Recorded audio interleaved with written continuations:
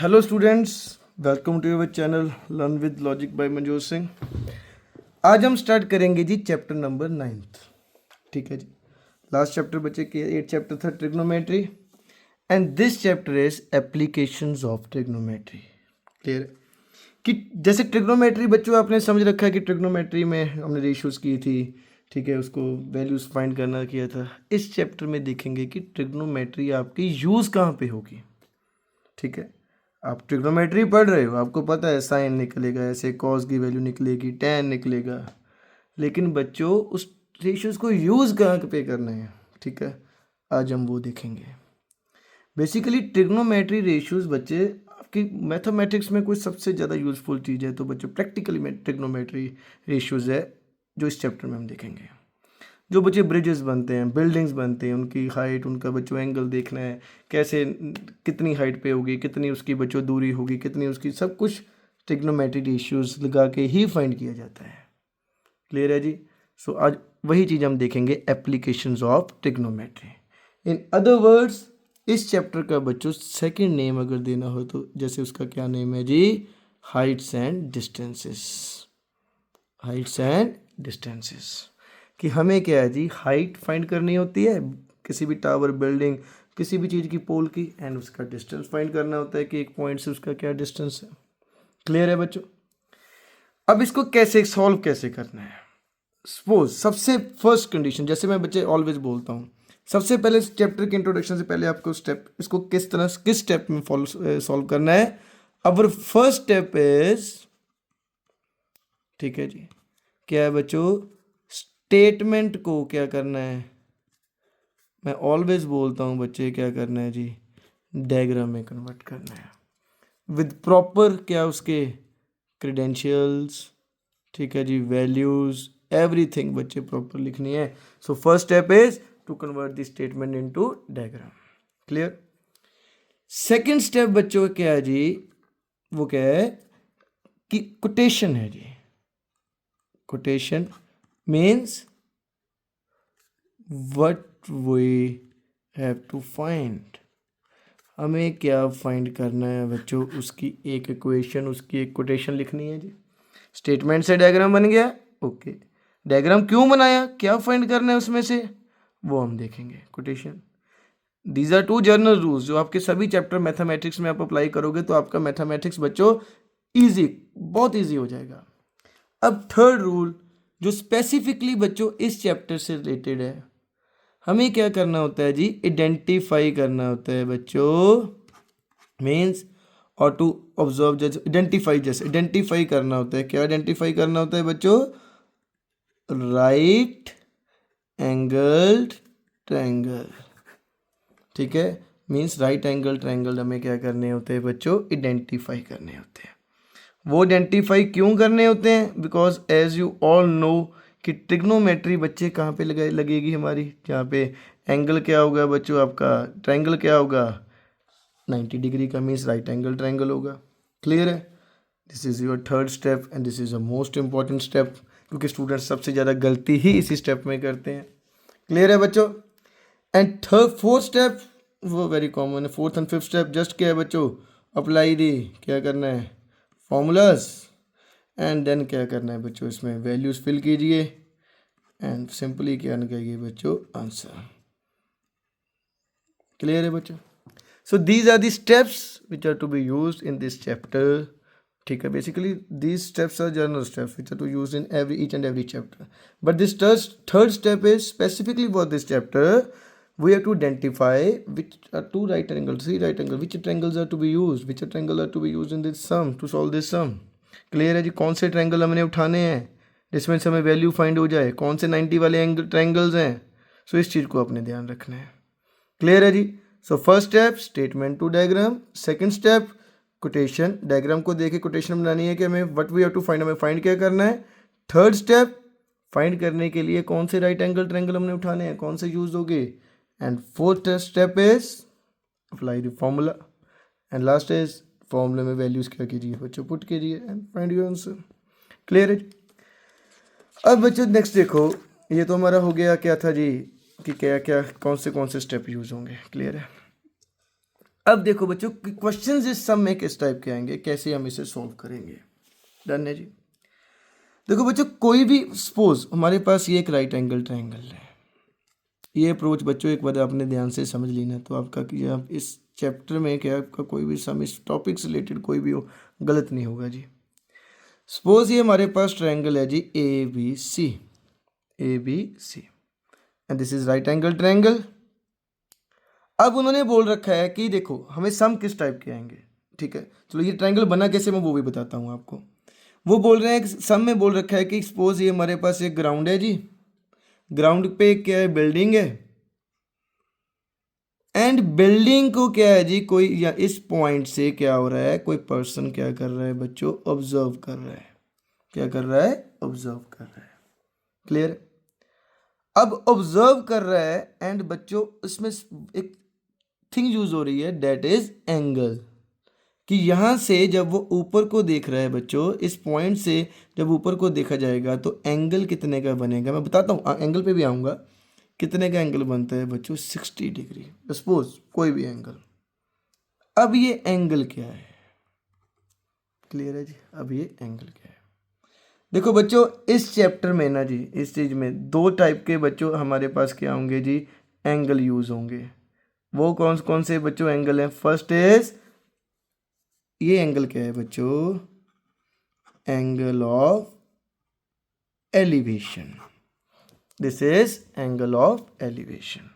ठीक है, angle of elevation अब क्या होता है, सपोज ये एक बच्चे पर्सन है, ठीक है जी, यहाँ पे एक बच्चे काइट फ्लाई, इसको चलो बाद में देखते हैं। एक काइट क्या हो रही है बच्चे, फ्लाई हो रही है जी। अब देखो वो काइट को ऑब्जर्व करेगा तो ऑब्वियसली ये बच्चों अपनी आई से ऑब्जर्व करेगा। उसके बिल्कुल बच्चे एक परपेंडिकुलर एक लाइन है, जिस लाइन से कोई एंगल बनेगा, that line is line of sight. सीधी लाइन बच्चे, उसकी आंख से सीधी लाइन। ठीक है, अगर वो पर्सन क्या है जी, दिस इज ग्राउंड, अगर ये पर्सन क्या है बच्चों, अब इस लाइन ऑफ साइट से ऊपर को देखेगा तो हमारा एंगल जो एंगल बनेगा, this is angle of elevation. ये कौन सा एंगल होगा बच्चों, एंगल ऑफ एलिवेशन। अगर वही पर्सन अपनी लाइन ऑफ साइट से नीचे को देखेगा, सपोज यहाँ पे एक बच्चों क्या है जी, स्टोन पड़ा है, उसको देख रहा है जी, उसी लाइन से जो ये एंगल बन रहा है, दिस एंगल इज, उसको क्या नेम देंगे बच्चों, angle of depression. Angle of depression. So दो एंगल, टू एंगल्स इस बच्चे इस चैप्टर में यूज हो रहे हैं। First is angle of elevation, second is angle of depression. मैंने क्या बताया जी कि सपोज ये पर्सन है, ये पर्सन, ये बच्चे देखो पर्सन की आई है, उससे सीधी लाइन जो होती है वो होती है लाइन ऑफ साइट। अब उस लाइन से अगर ऊपर को एंगल बन रहा है, वो ऊपर को देख रहा है, तो वो क्या है जी, एंगल ऑफ एलिवेशन। अगर उसी लाइन के साथ बच्चे वो उसको नीचे को देख रहा है, that is angle of depression. ठीक है, इस चीज़ का ध्यान रखना, ऊपर को देखेंगे तो एंगल ऑफ एलिवेशन, नीचे को डिप्रेशन, ऊपर को एलिवेशन। डन बच्चों। अब ये एंगल्स आपको सभी सम में यूज होंगे बच्चों, स्टेटमेंट में होंगे। ठीक है, उसको सॉल्व कैसे करते हैं, उसको देखते कैसे हैं, समझते कैसे हैं, वो मैं आपको बताऊंगा जी। अब देखो बच्चों, पता लग गया जी angle of elevation and angle of depression, कि जब भी कोई क्या है जी किसी चीज़ को अपनी आई से क्या है जी ऊपर को देखेगा तो वो क्या बनेगा, एंगल ऑफ एलिवेशन, नीचे को angle of depression. Now come to the next point, angles तो डन हुए। अब बच्चे मैं फिर उसी पॉइंट पे आता हूँ। ये सपोज हमारे पास ग्राउंड है जी, ग्राउंड पे क्या है जी, एक बिल्डिंग। ठीक है, जो स्टेटमेंट में बोल रखा है कि ग्राउंड पे क्या है, बिल्डिंग है, और यहाँ पे एक पॉइंट से ऊपर को देखा गया है जी।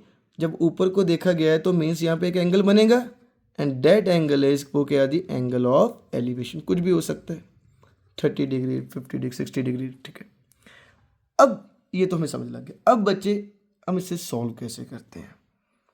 फर्स्ट स्टेप था, स्टेटमेंट को हम क्या बनाएंगे, राइट एंगल की शेप देंगे। ऑलवेज राइट एंगल ट्रायंगल ही बनेगा, बनाएंगे हम।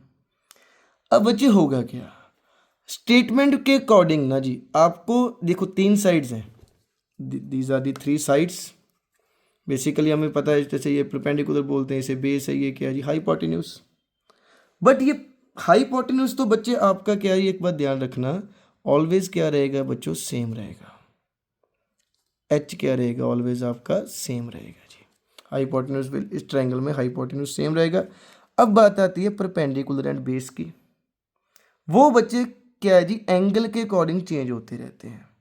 अगर इस एंगल में से देखोगे तो इसके सामने वाली साइड ये है, तो वो क्या है, उसका परपेंडिकुलर। एंड अगर इसी एंगल, अब इस एंगल से देखने जाओगे तो उस एंगल से ये सामने वाली साइड क्या है जी, perpendicular, and this is base. वो हमने 8 चैप्टर में कर रखी है ये चीज। अब वही थिंग इस चैप्टर में कैसे यूज होगी, ध्यान, अब इस पॉइंट को बिल्कुल ध्यान से समझना बच्चों।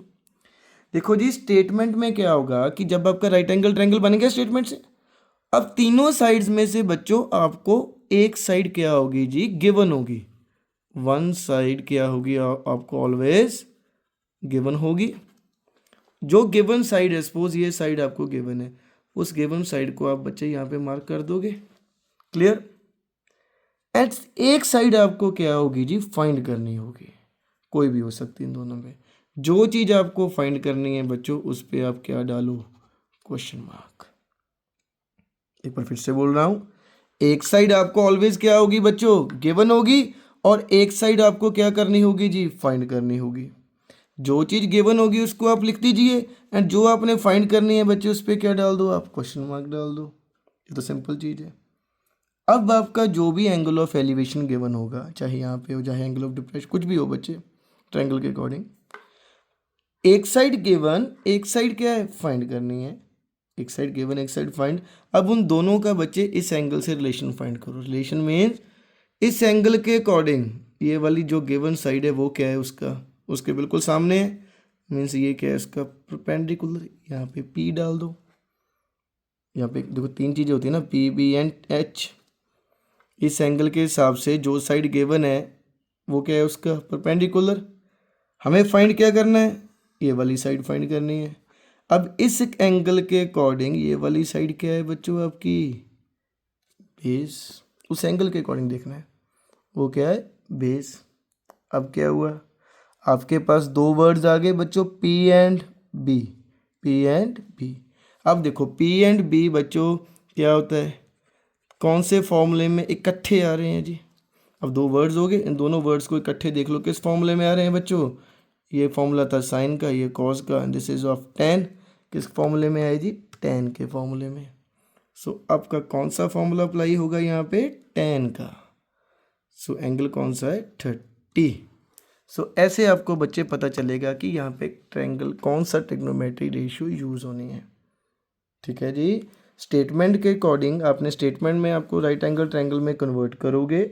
उसमें से क्या होगा कि आपको कोई भी एक साइड गिवन होगी, एक साइड आपको फाइंड करनी होगी। सिंपली क्या करना है, जब आपका ट्रायंगल बन गया, जो साइड गिवन है उसको बच्चे एज इट इज लिख दो, और जो भी साइड आपको फाइंड करनी है उस पर क्या डालो, आप क्वेश्चन मार्क डालना है, जरूरी है। अब आपके पास 2 ऑप्शन देखो, 2 साइड्स मार्क होगी, एक गिवन एक फाइंड। जो भी आपका ये एंगल गिवन है, बस सिंपली उस एंगल से देखोगे तो वो उसके लिए, उस एंगल के लिए देखना है बच्चे। उस एंगल के लिए वो क्या है, परपेंडिकुलर, यहाँ पे P डाल दो। उस एंगल के लिए ये साइड क्या है जी, ये क्या है, उसका बेस, यहाँ पे B डाल दो। आपको क्या देखने को मिला, P and B। So P and B किस फॉर्मूले में, tan के फॉर्मूले में। अगर ऐसे ही होता कि आपको बोला जाता कि ये बिल्डिंग इस पॉइंट से इतनी दूर है, means this side is given, वो क्या है जी 10 मीटर्स। उन्होंने बोला गया कि ये स्लाइड या ये स्लोप फाइंड करो, मीन्स ये अब इस साइड को फाइंड करने को बोला गया जी, इस पे क्या डालो, क्वेश्चन मार्क। अब 2 चीज़ें आ गई, आपका एंगल तो क्या हमारा सपोज 60 है। अब आपको बच्चे 2 थिंग्स आ गई, एक गिवन एक फाइंड। ये गिवन है, ये क्या करनी है, फाइंड। गिवन एंड फाइंड उस एंगल से देखो। इस एंगल के लिए ये क्या है, 90 के सामने ऑलवेज क्या होगी, हाइपोटेन्यूज, इस पे H डाल दो। इस एंगल के लिए ये साइड क्या है जी, क्या है बच्चों, बेस, यहाँ पे B डाल दो। B एंड H किस फॉर्मूले में आ रहे हैं बच्चों, कॉस के फॉर्मूले में। सो किसका फॉर्मूला लगेगा, कॉस का फॉर्मूला। ठीक है, ठीक है जी। ये आपको पता लग गया कि कौन सा फॉर्मूला अप्लाई होनी, कौन सी ट्रिग्नोमेट्री रेशियो यूज होनी है बच्चों। आपका सम सॉल्व हो गया। Rest of the thing is calculations, वो हम सब जब करेंगे, एक्सरसाइज सॉल्व करेंगे बच्चों, मैं स्टेप बाय स्टेप आपको बताऊंगा। सो वेरी इंपॉर्टेंट स्टेप है क्या इसमें, कि हमें देखना है कि कौन सी ट्रिग्नोमेट्री रेशियो यूज़ होगी। वो तभी पता चल पाएगा अगर आप जो मैंने स्टेप्स बोले थे उन स्टेप्स को बच्चे ठीक से करोगे। फर्स्ट स्टेप क्या था, स्टेटमेंट से क्या बनाओगे आप, डायग्राम विद प्रॉपर, देखो डिमेंशंस, डिमेंशंस दो ही जरूरी हैं क्या, एक गिवन वाली साइड लिखनी है, एक फाइंड वाली पे क्या डालना है, क्वेश्चन मार्क। डन जी। राइट एंगल ट्रायंगल आइडेंटिफाई मतलब बन गए। ओके बच्चों, अब उस एंगल पे जाना है, उस एंगल से जो गिवन है और जो फाइंड करनी है हमने मार्क की होगी, तो बच्चे सिंपली पता चल रहा है, लिख लेना है वो पी बी एच क्या है, ये पी है बी है, जो दो वर्ड्स इकट्ठे आ गए उसी का क्या लगा देना है, formula. Rest of the thing is part of calculation which we will do in the when we are doing the exercise questions. Clear students? So ऐसे सॉल्व की जाती है बच्चों ट्रिग्नोमेट्री के, ये एप्लीकेशंस ऑफ ट्रिग्नोमेट्री के सम। इसमें क्या फाइंड करते हैं, हाइट्स एंड डिस्टेंसेस, और क्या यूज़ करके, ट्रिग्नोमेट्री रेशियो यूज़ करके। क्लियर है स्टूडेंट्स? ठीक है जी, इन स्टेप्स को बच्चे ध्यान से याद रखना है जी, इनको भूल मत जाना बच्चे। एक्सरसाइज स्टार्ट करने से पहले अगर आप इसको, इन चीज़ का आपको पता है जी, आपका सम कभी भी गलत नहीं होगा बच्चों। एक लास्ट स्टेप मैं बता रहा हूँ जी आपको, इस चैप्टर के इंट्रोडक्शन में क्या था वो ध्यान से सुनो। सपोज ऐसे है, एक ऐसी चीज़ बन रही है बच्चों, मैं सीधा फिगर ही बना के बता रहा हूँ आपको, ठीक है जी। इस टाइप के आपको सम मिलेंगे, 6th and I think 14th सम है आपके NCERT का। उन्होंने बोला गया है जी, इस बिल्डिंग की या इस टावर की हाइट उन्होंने बोल दिया 80 मीटर्स बोल दिया जी, एंड जो ये मैन बच्चे यहाँ से ऑब्जर्व कर रहे हैं उसकी हाइट उन्होंने बोल दिया 5 मीटर सपोज। अब देखो बच्चे, ये हमारे पास एक क्वाड्रिलेटरल बन गया, लेकिन ट्रिग्नोमेट्री रेशियो आपकी कहाँ पे लगेगी, ऑलवेज राइट एंगल पे। सो हमें राइट एंगल ट्रायंगल ही आइडेंटिफाई करना है। अब इसमें से देखो बच्चों, यहाँ से ऊपर ऑब्जर्व कर रहा है तो लाइन ऑफ साइट बनेगी। सो ये हमारा क्या आ गया जी, एक राइट एंगल ट्रायंगल, ठीक है, जितना भी हो क्या आ गया, right angle. And second thing जो क्या है जी, डिमेंशन भी राइट एंगल ट्रायंगल वाली ही यूज़ होगी। ये देखो, ये टोटल क्या है, 80 है, हमें 80 यूज़ नहीं करना बच्चों, टोटल 80 है, इसमें से ये 5 क्या कर देंगे हम, माइनस, एंड ये क्या बच गया बच्चों हमारे पास 75। मैं आपको बताना चाहता हूँ कि राइट एंगल ट्रायंगल ही यूज़ होगा एंड उसी की डिमेंशंस यूज़ होंगी। अगर वो टोटल वैल्यू गिवन है, उसमें से पहले क्या करो, जो राइट एंगल ट्रायंगल में से बाहर जा रहा है बच्चों पोर्शन, उसको क्या करो आप माइनस कीजिए, जितना राइट एंगल में यूज़ होगा वही हम देंगे। क्लियर है बच्चों? बाकी हम जब सम सॉल्व करेंगे स्टेप बाय स्टेप मैं आपको समझाऊंगा जी कैसे करना है, ठीक है। सो प्लीज़ इन वीडियो को स्किप मत करना बच्चों, ठीक है। ये चैप्टर आपका इंपॉर्टेंट चैप्टर है बच्चों, इसमें से डायरेक्ट क्वेश्चन भी है, केस स्टडी टाइप क्वेश्चन भी आ सकता है। सो लेकिन आपने, अगर बेसिक आपके क्लियर है, अगर आपने बच्चों अच्छे से एक बार समझा हुआ है कि कैसे ये अप्लाई होगा, कहाँ पे अप्लाई होगा, देन आप बच्चे कभी भी गलती नहीं कर सकते। Clear students? आई होप आपको इंट्रोडक्शन बच्चे अच्छे से पता चली हो। ये स्टेप आपने ध्यान रखना है बस, कि एक साइड गिवन, एक जो फाइंड करनी, दोनों को मार्किंग करनी है एंड सिंपली आपने सम को सॉल्व करना है। और स्टेप्स को बच्चे स्किप मत कर जाना, जो मैंने स्टेप बोले थे।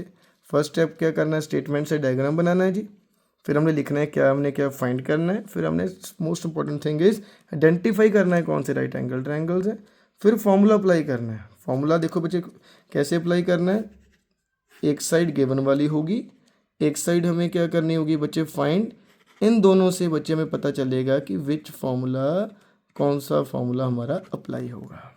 मैंने आगे बता रखा है, जस्ट एक्सपर्ट किया, fill the values and find the answer. Clear students? I hope आपको ये वीडियो बच्चे अच्छी लगी हो, आपको समझ लगा हो 9th चैप्टर कैसे हम करेंगे, ठीक है जी।